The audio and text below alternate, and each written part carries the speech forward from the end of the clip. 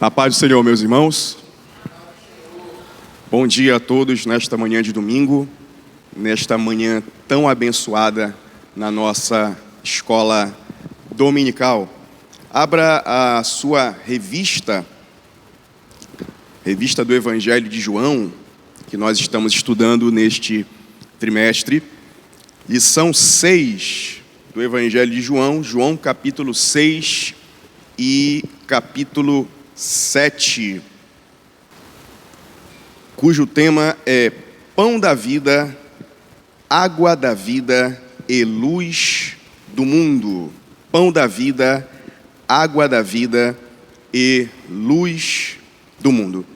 O nosso texto áureo: declarou-lhes, pois, Jesus: Eu sou o pão da vida.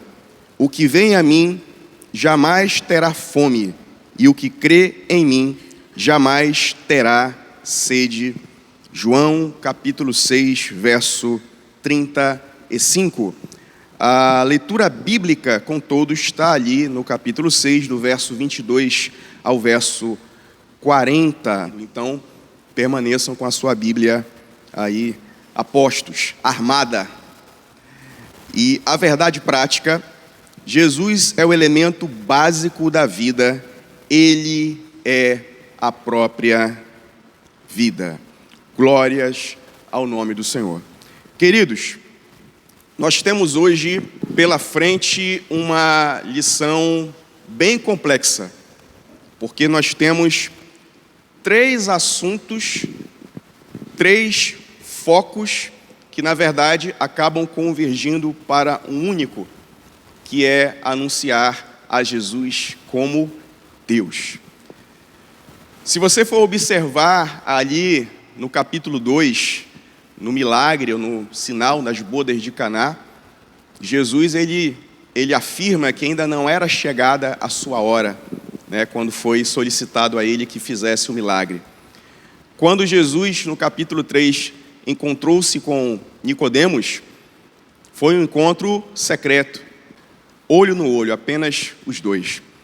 No capítulo 4, quando Jesus ele se encontra com a mulher samaritana, também foi algo pontual, primeiramente a ela, e depois apenas aquela região, aquela cidade, a cidade de Sicar.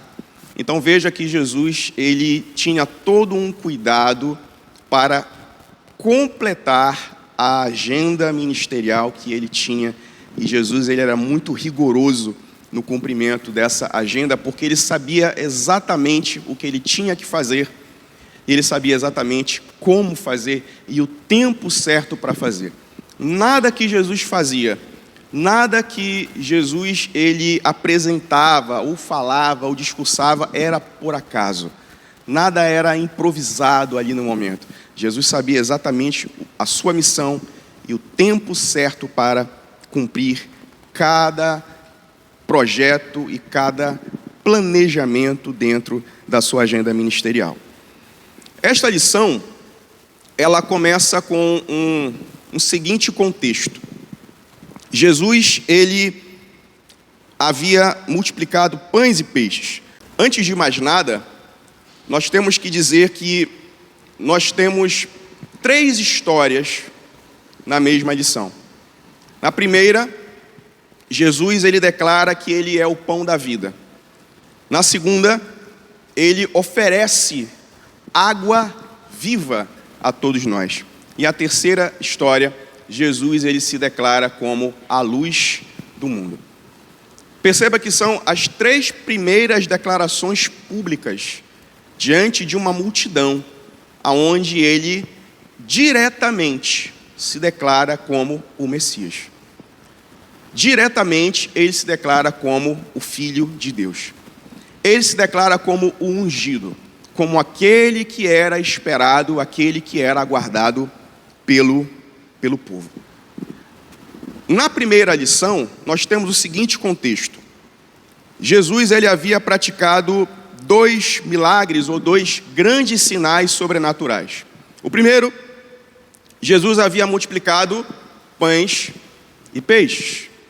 Jesus havia multiplicado pães e peixes para uma multidão de aproximadamente 5.000 pessoas, meus irmãos. 5.000 pessoas foram alimentadas pelo sinal sobrenatural operado por Jesus. No mesmo momento, Jesus, ele ainda no capítulo 6, ali naquele cenário, Jesus, ele precisava atravessar com os seus discípulos para Cafarnaum. Os seus discípulos foram à frente e algum tempo depois Jesus foi atrás. E Jesus foi caminhando sobre as águas. Jesus foi caminhando sobre as águas. Então perceba que haviam 2 sinais extraordinários que ocorreram ali, naquele momento, ali, naquele cenário. Porém, a multidão, logo após, começou a procurar por Jesus. Aonde Jesus está? Em que local Jesus está? Porém, Jesus, ele sabia que aquelas multidões que haviam sido alimentadas ali pelo sinal sobrenatural da multiplicação dos peixes, elas estavam interessadas em apenas satisfazer as suas necessidades materiais e atender aos seus interesses pessoais. Jesus tinha consciência disso. Jesus sabia disso. Que elas não estavam dispostas para ouvir a verdade que somente o Evangelho pode trazer. A verdade que somente o Evangelho pode revelar para nós. Elas não estavam dispostas a isso. Os seus ouvidos estavam fechados para a verdade. Elas queriam apenas e tão somente, repito, atender às suas necessidades materiais e aos seus interesses pessoais. Somente isso. Queridos, perceba que o quanto isso é atual. Quantas pessoas caminham para igrejas, caminham para campanhas, caminham para grandes ajuntamentos, meramente com o objetivo de atender aos seus interesses pessoais, a atender às suas necessidades materiais. Como dizem, não estão atrás do dono da bênção, estão atrás apenas da bênção. Quantas igrejas, quantos ministérios, quantos cristãos estão vivendo este evangelho de mentira? O evangelho que prega apenas a prosperidade material. E tão somente isso. Nós temos aí desde os anos 90 a chamada teologia da prosperidade, que prega que você tem que ser abençoado, que você tem que determinar a bênção, que você tem que ser abençoado, que Deus tem que te abençoar, que você tem que exigir de Deus a bênção, e faz campanha daqui, campanha dali, e entrega recursos para a igreja, para o ministério, em prol de você ser financeiramente abençoado. Hoje, mais recente, nós temos o que muitos chamam de teologia do coaching, que já não trata da prosperidade material, mas trata da prosperidade da alma, do ser. Nós temos técnicas de coaching aliadas a princípios bíblicos dentro do meio cristão. Eu, particularmente, não tenho nada contra o coaching. Existem pessoas que precisam, existem coaches que são sérios, que realmente fazem um treinamento em algumas áreas que são importantes. Agora, trazer este treinamento aliado a princípios bíblicos para o ambiente de igreja, para se aproveitar dos cristãos, é algo que eu não vejo como algo saudável para a vida da fé. Porém, existe, e as igrejas estão sendo bombardeadas por isso. Pastores que deixaram de pregar a fidelidade das Escrituras, pastores que deixaram de pregar a fidelidade do Evangelho para trazer treinamentos que prometem destravar a sua mente, para que você venha alcançar o máximo do seu potencial. É basicamente isso, dentro da igreja. Queridos, vamos entender uma coisa. Igreja não é lugar de você procurar riquezas. Se você veio para a igreja, se você frequenta a igreja com o objetivo de encontrar riquezas, de achar riquezas, você está no lugar errado. A igreja é o lugar onde você encontra cura, A igreja é o lugar onde você encontra a libertação. A igreja é o lugar onde você encontra perdão. A igreja é o lugar onde você tem mudança de vida. Mudança radical de vida. Esse é o lugar da igreja. Essa é a posição da igreja. Transformar vidas, transformar pessoas. Se você corre atrás de riquezas e vem para a igreja, você está no lugar errado. A principal riqueza que você encontra na igreja é a esperança de vida eterna. Essa é a nossa grande e principal riqueza. A esperança de que um dia nós vamos nos encontrar com o Senhor. Os tesouros que nós acumulamos no céu, eles são para a vida eterna. As traças e a ferrugem destroem, mas os tesouros celestes serão para a vida eterna. Então, dentro desse contexto, queridos, Jesus ele atravessou para Cafarnaum e a multidão atrás dele, e a multidão o encontrou. E neste momento de encontro com o Senhor Jesus, a multidão lhe lançou 3 perguntas que nós iremos agora ler junto com os irmãos. Aqui no verso 25 do capítulo 6 diz assim: E tendo-o encontrado no outro lado do mar, lhe perguntaram: Mestre, quando chegaste aqui? Primeira pergunta. E Jesus responde nos 2 versos seguintes. Respondeu-lhe Jesus: Em verdade vos digo, vós me procurais, não porque vistes sinais, mas porque comeste dos pães e vos fartastes. Trabalhai não pela comida que perece, mas pela que subsiste para a vida eterna, a qual o Filho do Homem vos dará, porque Deus o Pai o confirmou com o seu selo. Perceba alguns detalhes aqui da resposta de Jesus. O povo estava curioso. Jesus, tu estava aqui na margem do mar e de repente tu apareceu lá do outro lado. Jesus ele poderia muito bem ter dito: olha, é o seguinte, eu caminhei sobre as águas. Coisa simples. Mas Jesus não disse isso. Jesus os confrontou. Eu sei por que vocês estão aqui. Vocês estão aqui porque vocês estão fartos de comida. Vocês querem mais, né? Vocês só estão interessados nas bênçãos. Vocês só estão interessados naquilo que eu posso oferecer, nas bênçãos das minhas mãos. Mas vocês não estão interessados naquilo que eu tenho para dizer e lhes ensinar. É isso que Jesus quis dizer. E ele fala assim: olha, vocês têm que estar preocupados, vocês têm que trabalhar, vocês têm que se esforçar, não por esta comida material que perece, que se estraga, mas pela comida que eu tenho para vos oferecer, a qual o Pai confirmou através do seu selo. Jesus ele repreende, Jesus ele confronta a multidão que estava ali presente. Agora uma curiosidade. Perceba que Jesus ele começa a sua resposta, assim como em muitas outras respostas que ele dá, ele fala: em verdade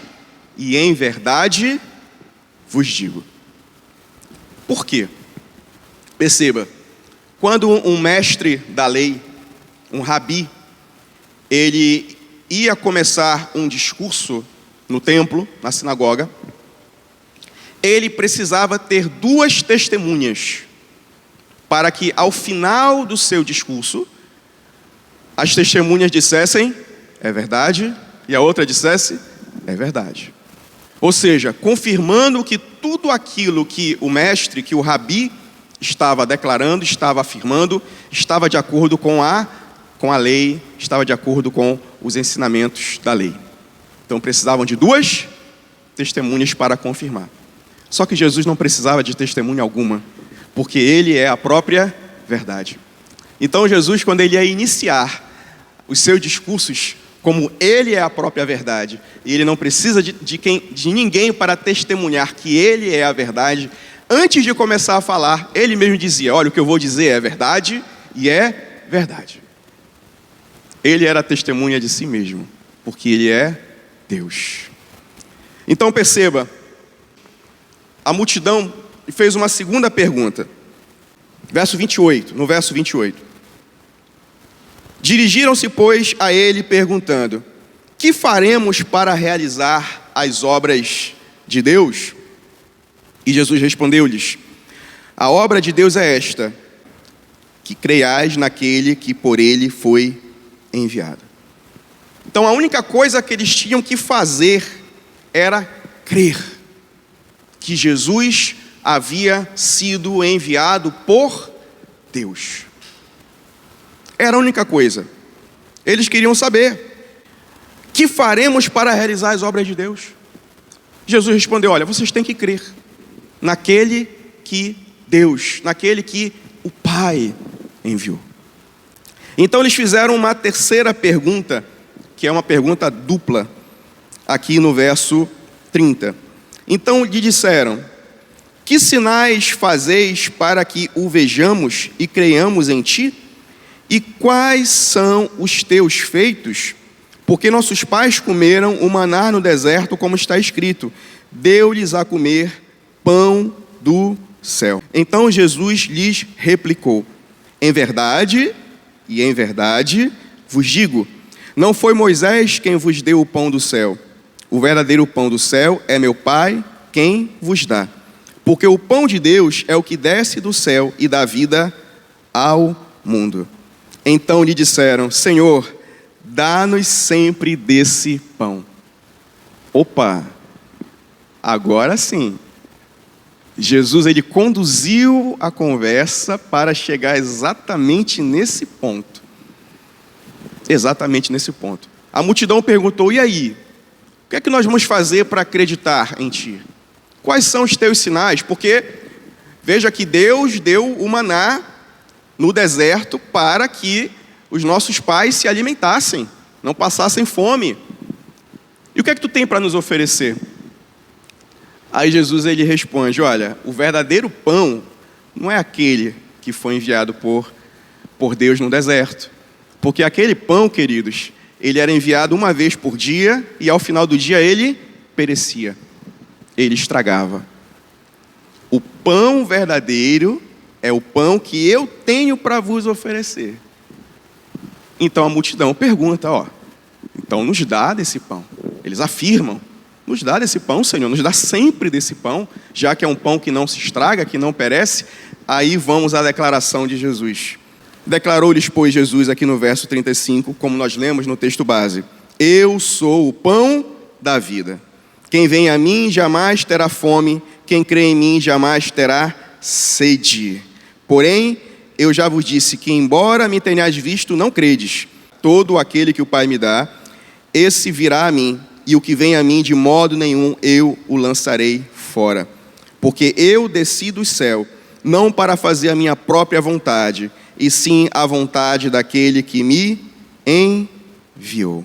Verso 40, de fato, a vontade de meu Pai é que todo homem que vir o Filho e nele crer, tenha a vida eterna, e eu o ressuscitarei no último dia. É a primeira grande declaração pública de Jesus acerca da sua divindade. Então Jesus, ele dirigiu toda a conversa para este ponto, para que ele pudesse se declarar como o pão da vida. E perceba que ele fala não dele próprio, mas ele fala para cumprir a vontade do Pai que o enviou.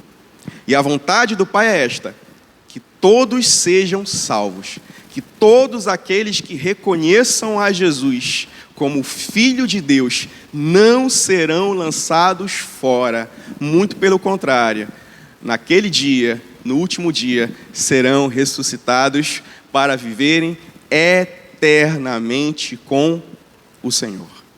Jesus se apresentando como o pão da vida, como aquele que, uma vez recebido, ele tem o poder de saciar a fome, não apenas pelo dia de hoje, mas a fome por toda a eternidade, porque é a fome da alma. A fome da alma de cada ser humano. Só que nesse momento, perceba, a multidão começou a murmurar. Eles entraram em choque, porque, repito, na lição de hoje, estamos diante das primeiras 3 declarações bombásticas de Jesus, polêmicas, porque até então o ministério de Jesus estava sendo oculto. Jesus estava atuando de forma muito pontual, como nós falamos no início da aula. Então, a primeira grande declaração pública, Jesus logo chegou forte, dizendo: eu sou o pão da vida. Sabe aquele pão que desceu do céu no deserto? Pois é, aquele pão perecia, se estragava no final do dia. Mas eu sou um pão, eu sou um alimento para a alma de vocês, que vai alimentá-los pela vida eterna. E a multidão entrou em parafuso. A multidão começou a murmurar. Verso 41. Murmuravam, pois, dele os judeus, porque dissera: eu sou o pão que desceu do céu. E diziam: não é este Jesus, o filho de José? Acaso não lhe conhecemos o pai e a mãe? Como, pois, agora diz que desci dos céus? Então respondeu-lhe Jesus: não murmureis entre vós. Não murmureis. Queridos, a murmuração é algo terrível. A murmuração é diferente do lamento. O lamento é uma afirmação de tristeza diante de um fato ocorrido na sua vida. A murmuração não. A murmuração, ela é pecaminosa.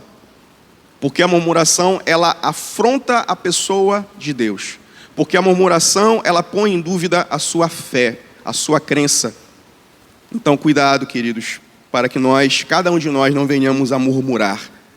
Então, Jesus, ele afirma novamente, no verso 47, em verdade vos digo, quem crer em mim tem a vida eterna. Eu sou o pão da vida. Vossos pais comeram maná no deserto e morreram. Mas este é o pão que desce do céu, para que todo que dele comer não pereça.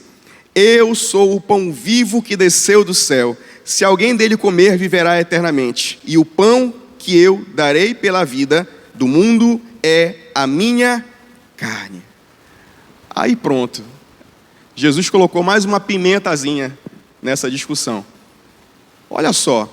Então ele está dizendo que ele desceu do céu. Ele está dizendo que ele é o pão verdadeiro que vai matar nossas fomes. Agora ele está dizendo que e o pão que eu darei pela vida do mundo é a minha carne. Como assim? Não à toa que os primeiros cristãos no primeiro século, eles tinham uma má fama de canibais. Porque rodava, no pensamento da comunidade de que uma vez por semana os cristãos se reuniam para beber sangue e para comer carne. Carne de um tal de Cristo.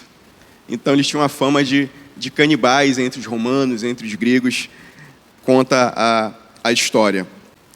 E Jesus continua, verso 52. Disputavam, pois, os judeus entre si, dizendo: como pode este dar-nos a comer a sua própria carne? E Jesus replicou: em verdade vos digo, se não comerdes a carne do Filho do Homem, e não beberdes o seu sangue, não tendes vida em vós mesmos.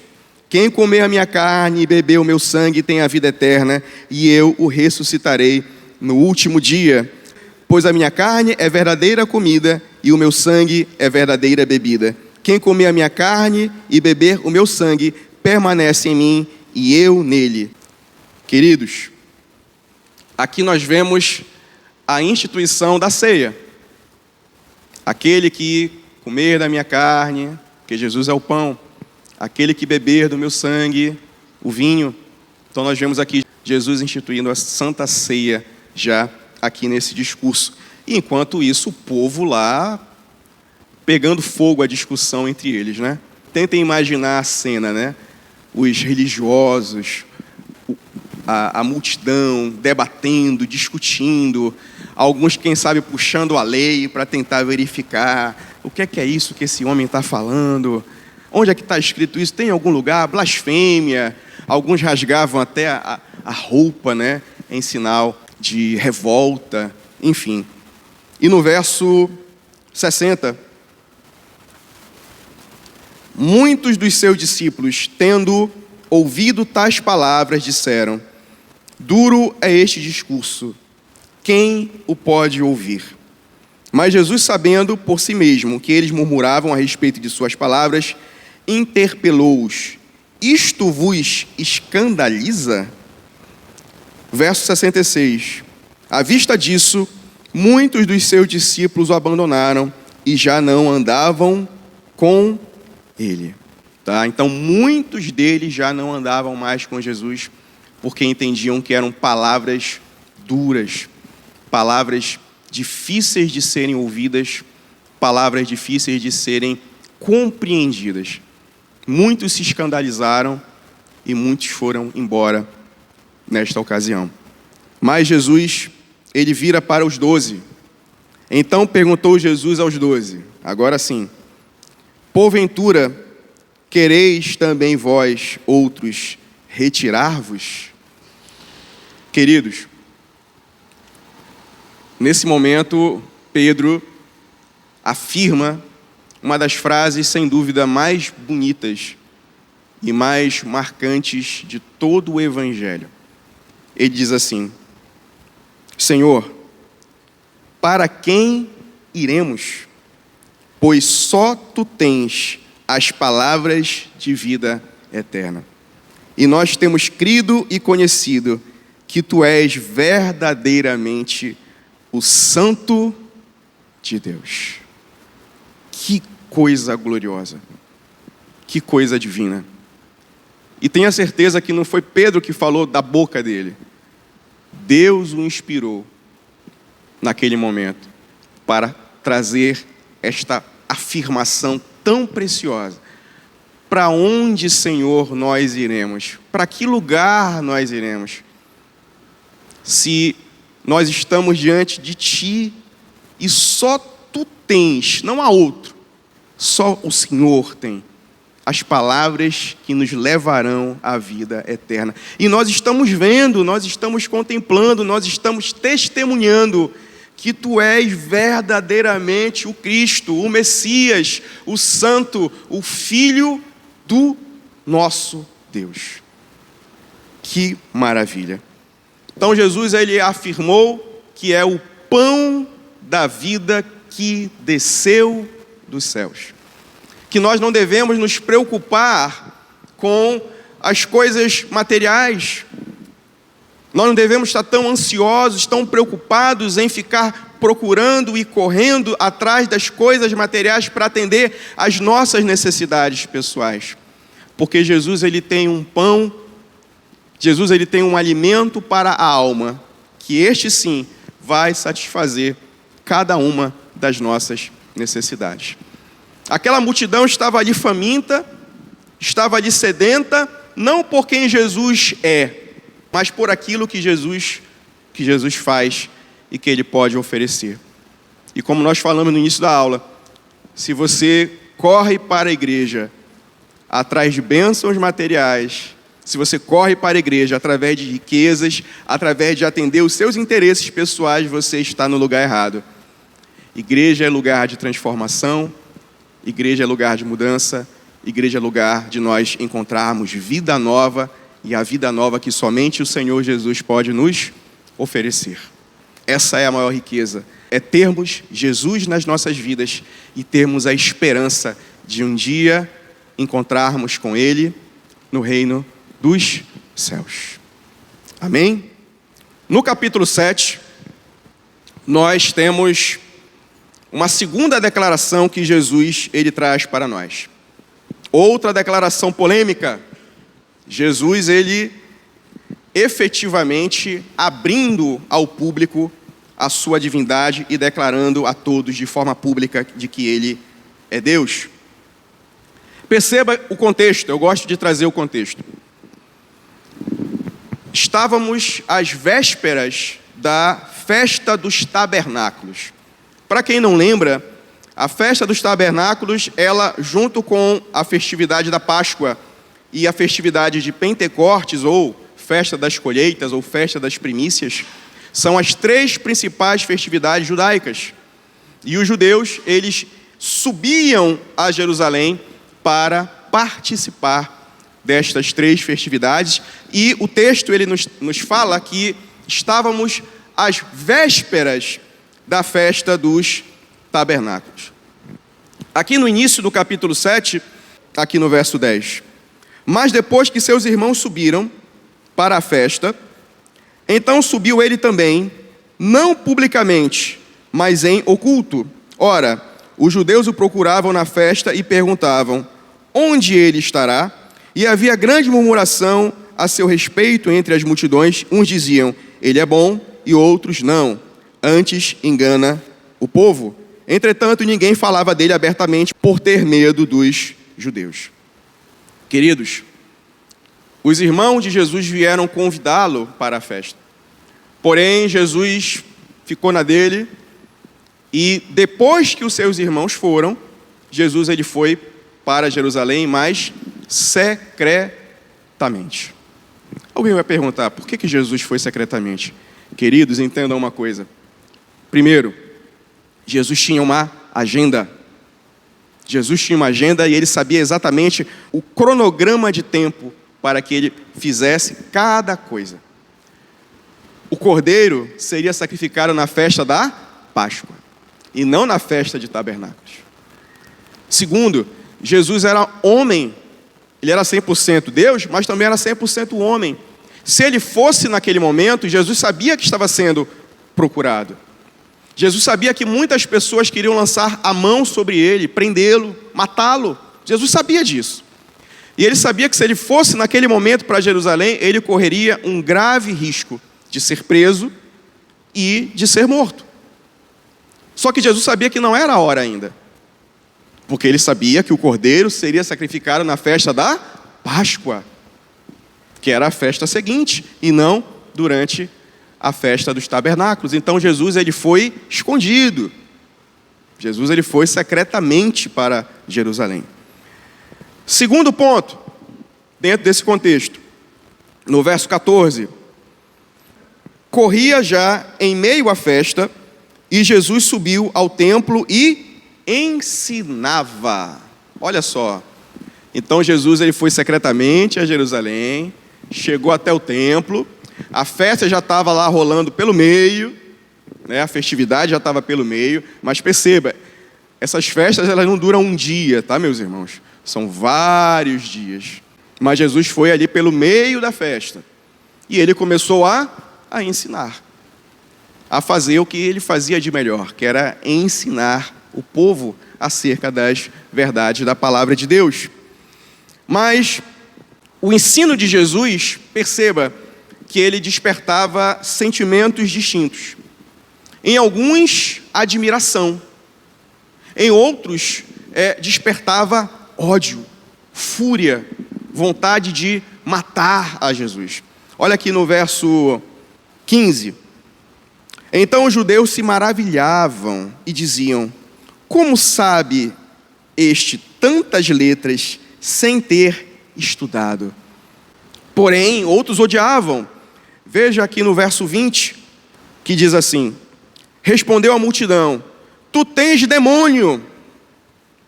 Quem é que procura te matar? Porque Jesus havia denunciado que alguns queriam matá-lo. Veja no verso 30. Então procuravam prendê-lo, mas ninguém lhe pôs a mão, porque ainda não era chegada a sua hora. Olha só o cronograma do ministério de Jesus. O cronograma não era o tempo ainda de Jesus ser preso, porque não estava dentro do planejamento do cronograma ministerial, da missão que o Senhor Jesus tinha para cumprir. Perceba que muitos criam nas palavras de Jesus, mas ainda assim não o reconheciam como o Filho de Deus. O verso 31. Contudo, muitos entre a multidão creram nele e diziam: quando vier o Cristo, fará porventura maiores sinais do que este homem tem feito? Ou seja, eles acreditavam que Jesus era um profeta, que Jesus era um homem de Deus, Jesus era um santo de Deus, mas ficavam perguntando: mas vem cá, esse homem aí, tudo bem, ele é um profeta, é um homem de Deus, mas quando vier o Cristo, o Messias, será que ele fará obras maiores do que este aí tem feito? Então ainda havia uma incerteza quanto à identidade de Jesus. E dentro deste contexto da festa dos tabernáculos, já no último dia, para ser mais exato, Jesus ele afirma no verso 37: no último dia, o grande dia da festa, levantou-se Jesus e exclamou: se alguém tem sede, venha a mim e beba. Quem crer em mim, como diz a Escritura, do seu interior fluirão rios de água viva.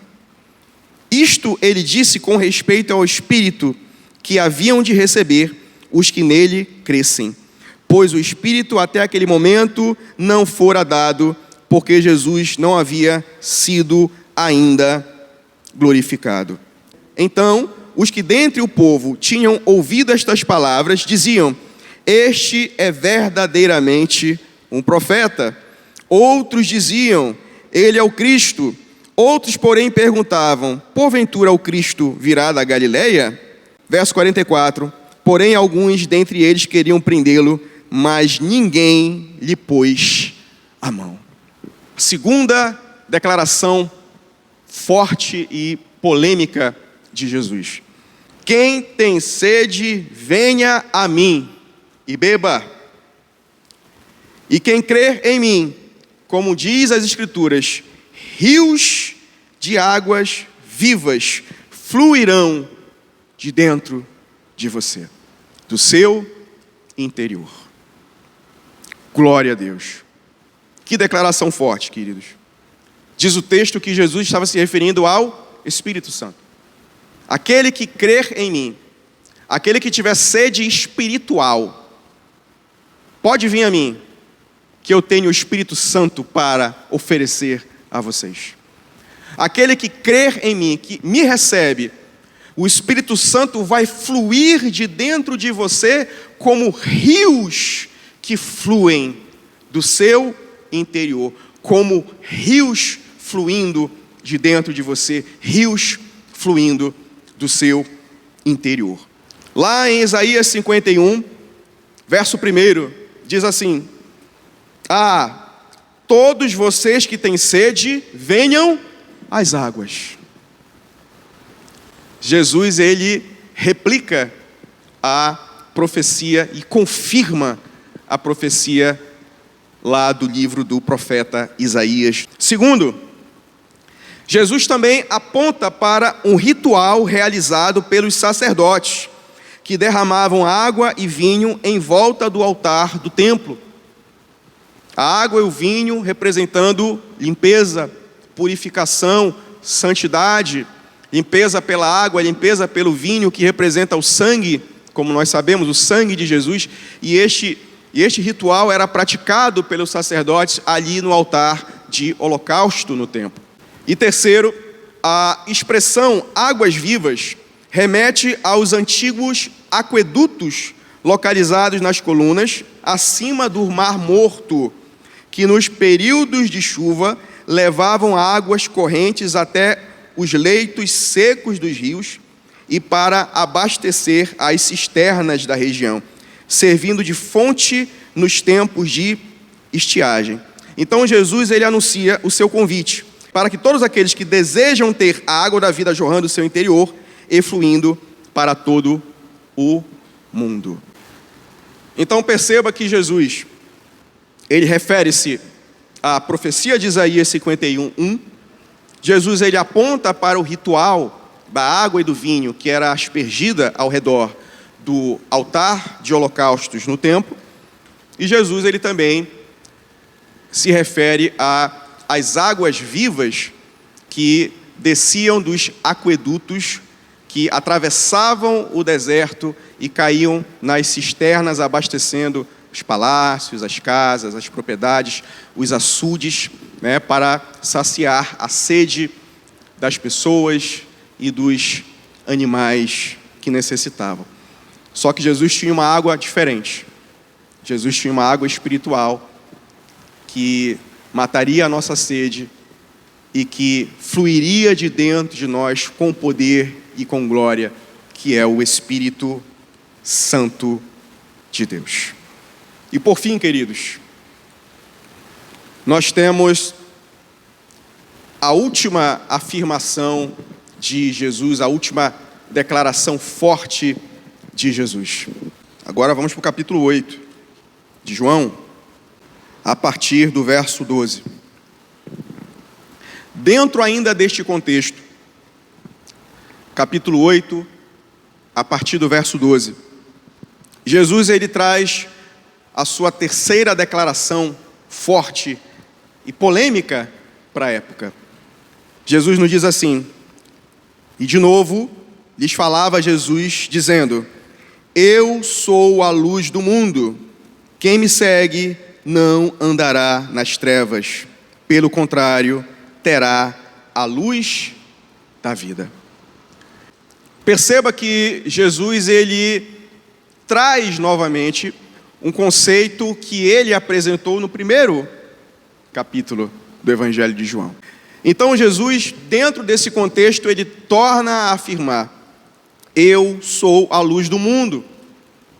Repetindo o que já nos foi falado lá no capítulo 1, no verso 4 ao verso 9, quando João escreve que o Verbo é a verdadeira luz que veio ao mundo para iluminar a toda a humanidade. E diz mais, que contra ele, contra o Verbo, que é Jesus, as trevas não podem prevalecer.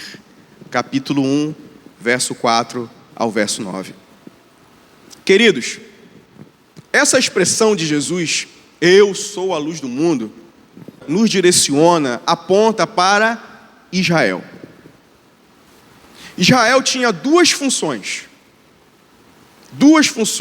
principais. Israel tinha duas funções principais. A primeira, ser uma nação adoradora. Quando o Senhor Deus separou Israel para si, ele separou um povo para que o adorasse.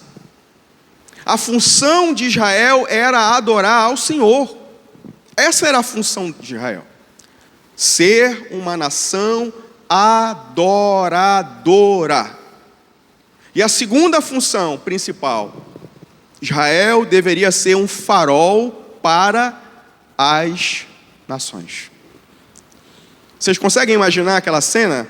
Aqueles faróis das gravuras, dos filmes, dos desenhos, que fica ali naquelas ilhas oceânicas, e elas iluminam o caminho para que os navios de grande porte não se percam e para que eles não venham a encalhar ou venham a bater nas rochas. Então, a função de Israel era iluminar o caminho e apontar para Deus. Essa é a função de Israel. Ser uma nação adoradora e ser como um farol que brilharia em meio à escuridão do mundo, apontando para que as outras nações pudessem ver o Senhor. Veja lá em Isaías 49, 6, parte B, diz assim: farei também com que você seja uma luz para os gentios, para que você seja a minha salvação até os confins da terra. Em Isaías 60, verso 1 e verso 3, levante-se, resplandeça, porque já vem a sua luz e a glória do Senhor está raiando sobre você. Verso 3, as nações se encaminham para a luz, ó Jerusalém, e os reis são atraídos para o resplendor do seu amanhecer. Repito, Israel abandonou, afastou-se da vocação divina, então coube a Deus enviar Jesus para ser esta luz, a luz que vai iluminar o caminho e apontar para que as nações do mundo possam ver ao Senhor, possam contemplar a glória do Senhor. Porém, Israel, queridos, embora tenha sido escolhida, a nação de Israel tenha sido escolhida para isso, ela afastou-se desta vocação que lhe foi conferida pelo Senhor Deus. Israel afastou-se. Então, quando Jesus ele vem e diz assim, olha, eu sou a luz do mundo, Jesus está dizendo que ele é o Messias esperado e aguardado. Jesus definitivamente está confirmando a toda a multidão que ele é o Messias, que ele é o enviado por Deus, que ele é o Filho de Deus, que ele é o ungido, que ele é o Cristo, o Cordeiro de Deus, que veio para tirar os pecados do mundo. Glória a Deus. Que maravilhoso privilégio, queridos, nós temos. Porque aonde a luz do mundo está, as trevas, elas não podem prevalecer. Aonde Jesus se faz presente, o mal não tem vez. Aonde Jesus está presente, nós temos vitória. Porque nós não cremos num Deus morto. Nós não cremos num Deus derrotado. Nós cremos num Deus que vivo está e é vitorioso. É esse Deus que nós cremos. É esse Deus que nós seguimos. E Jesus nos chama também para sermos luz para o mundo. Somos sal da terra. Somos luz do mundo. A luz que é Jesus hoje habita em nós. A luz de Jesus habita em cada um de nós. A luz de Jesus habita na sua igreja. E hoje, cada um de nós, através do Espírito Santo, que é o Consolador, que é o nosso guia, cada um de nós somos faróis, somos luzeiros, somos luminárias que resplandecem nesse mundo e que dissipam as trevas deste mundo. E que, através da minha vida e da vida de cada um de vocês, nós juntos apontamos para o Senhor. Essa é a nossa função. Israel recebeu esse privilégio. O povo de Israel recebeu o privilégio de ser um povo que exclusivamente deveria adorar a Deus. Israel recebeu um privilégio de ser a luz, de ser um farol, para que todas as nações do mundo encontrassem o Senhor. Mas eles abdicaram disso, eles se afastaram disso, se afastaram desse chamado e dessa vocação. Então Deus enviou a Jesus como luz do mundo, como o Messias tão esperado. Mas hoje, Jesus ele foi para o Pai, e nós, igreja, estamos aqui continuando, através do seu Santo Espírito que habita em nós. E nós hoje somos essa luz que ilumina e que dissipa todas as trevas.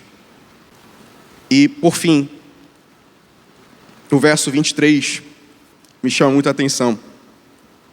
E prosseguiu Jesus: vós sois cá de baixo, eu, porém, sou lá de cima. Vós sois deste mundo, eu deste mundo não sou. Então lhe perguntaram no verso 25, quem tu és? Respondeu-lhe Jesus, que é que desde o princípio vos tenho dito?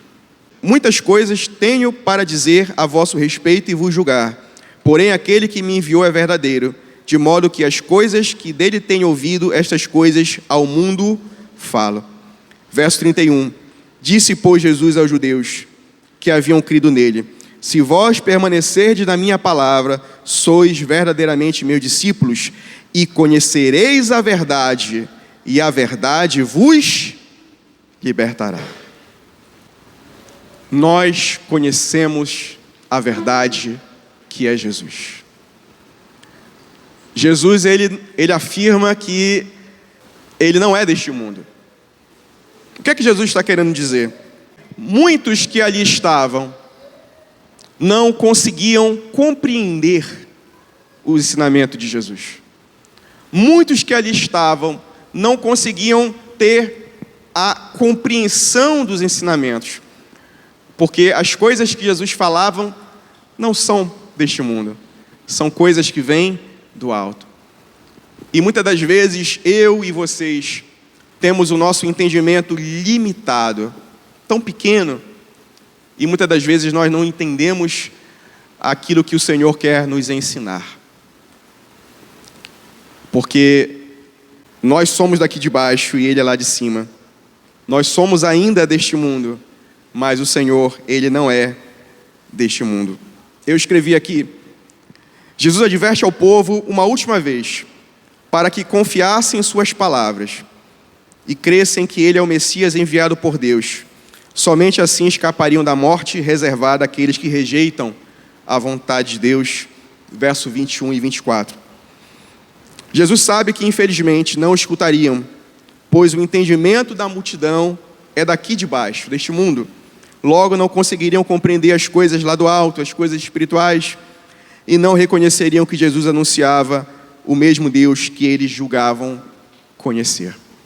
A multidão achava que conhecia a Deus, mas estavam diante do próprio Deus e não o reconheceram, porque o entendimento deles estava preso às concepções e definições das coisas deste mundo, das coisas daqui de baixo, como Jesus fala.